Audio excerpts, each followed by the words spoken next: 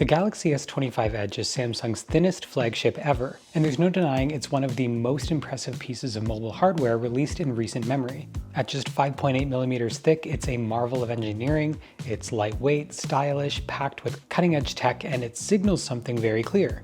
The era of ultra-thin smartphones has officially arrived. And yet, as somebody who's deeply passionate about the evolution of smartphone shape and design, I walked away from the S25 Edge with one overwhelming feeling. Just because we can make a phone thinner doesn't mean that we should. Let's dive into why the Galaxy S25 Edge is such a compelling device and why that still isn't enough to make it the best choice this year. There's no getting around it. When you first pick up the Galaxy S25 Edge, it doesn't feel real. At just 5.8mm thick and weighing only 163 grams, it almost disappears in your hand. It's razor thin, yet it doesn't feel fragile.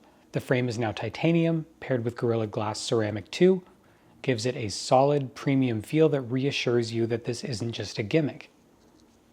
The new colors of titanium icy blue and jet black finishes are absolutely gorgeous.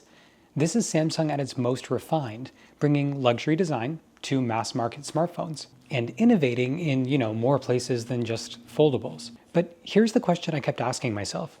Is being thin actually making the phone more usable, or is it just making it look cool? The 6.7-inch OLED display is sharp, vibrant, and a joy to use. With a 120Hz refresh rate, HDR10+, and QHD resolution, it's one of the best displays on any smartphone in my opinion. Content looks incredible, animations are smooth, it's undeniably immersive and also noticeably better than the S25. But yet, the display's size highlights my biggest pain point. This phone is just too big for one-handed use. Thinner? Yeah, but smaller? Not even close. Despite its slim profile, the S25 Edge still stretches the boundaries of what many would call comfortable, especially for those with smaller hands. What would happen if Samsung applied this thin design philosophy to a phone, under 6 inches? Would we finally get a device that's both cutting edge and truly pocketable? Under the hood, the S25 Edge is a performance beast. It's powered by the Snapdragon 8 Elite, paired with 12 gigs of RAM and either 256 or 512 gigs of storage. Everything from gaming to multitasking is completely smooth. Where the phone really shines is through its AI integrations. So Samsung's Galaxy AI platform has evolved into something that's genuinely useful. Features like the Now bar, Drawing Assist, AI that interprets and enhances your sketches or annotations, AI photo editing, advanced suggestions and automatic enhancements for your photos, things that people are actually going to use. Live Translate and Summarize, supercharged by Google Gemini integration, this is a game changer for messaging and productivity. These tools are starting to make smartphones feel less like passive devices and more like active assistants. And AI is actually becoming something people will use in their day-to-day and not just a gimmick and what it used to be. But here's the big question. Do we really need a 6.7-inch phone to unlock all of these AI features, or could they work just as well on something smaller? The S25 Edge features a dual camera system with a 200-megapixel main sensor and a 12-megapixel ultrawide. It drops the telephoto lens found on the regular S25, like we were expecting, but makes up for it with sheer clarity and improved AI-based zoom. Photos are sharp, dynamic range is excellent, and low light performance shockingly impressive, again thanks to that new AI image pipeline. Videos support up to 8K at 30 frames per second, meaning content creators won't feel limited either, and AI plays a big role in that camera experience. Scene optimization adjusts in real time, photo suggestions now offers deeper insights like recommending specific composition tweaks. Magic Edit lets you remove background objects and shift elements into your photos. It's fantastic, but I keep thinking, is this camera system better because the phone is thinner? Or is that in spite of it? What did we lose to achieve this design? So here's where things get interesting. The S25 Edge packs a 3900 mAh battery, smaller than its sibling, the regular Galaxy S25, which has 4000 mAh. And yet, thanks to software optimization and efficient components, battery life is surprisingly solid. Most users will get through the full day without any issues, but heavy users, gamers, frequent video editors, you'll want to keep a charger around, at least in my testing. Charging is still capped at 25 watts wired, which is fast enough, but not mind-blowing by any means.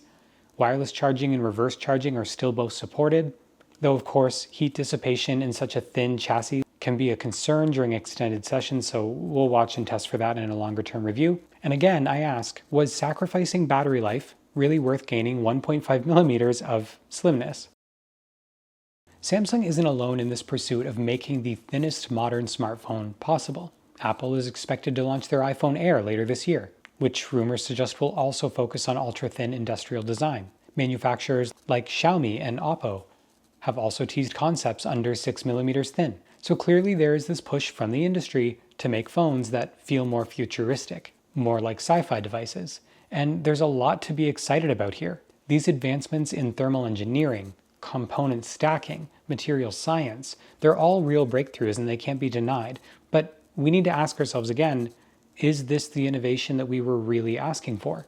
Wouldn't a resurgence in small, high-performance phones serve more people? Devices that are genuinely easy to use with one hand, that fit in small pockets, but still offer flagship features. And is this a step in that direction? What if Samsung took all of this engineering talent and put it into the revival of something like a Galaxy S10e, or gave us a modern Galaxy S Mini with the same thinness, but more power? The Galaxy S25 Edge is a phone that's impossible not to admire. I really do love it. It's gorgeous, it's powerful, it's thoughtfully designed, and it points to this future of smartphones that are more elegant and refined than ever before. Awesome. But for all of its beauty and power, it also underscores a growing problem in the mobile world. We're prioritizing form over usability.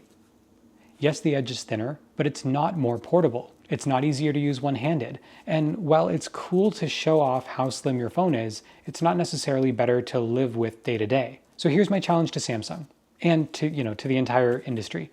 Take this amazing thinness and then bring it to smaller phones. Give us a 5.8-inch Galaxy S26 Mini with a 5.8 millimeter profile. Give us phones that are truly pocketable again, not just thin slabs with massive screens. Until then, the S25 Edge remains a beautiful, fascinating, and slightly frustrating glimpse into a future I hope will prioritize true portability, not just thinner silhouettes. Let me know, would you trade in a bigger screen for a truly one-handed usability? Or are we chasing the wrong ideal altogether? As always, thank you guys so much for watching, and I will see you in the next one.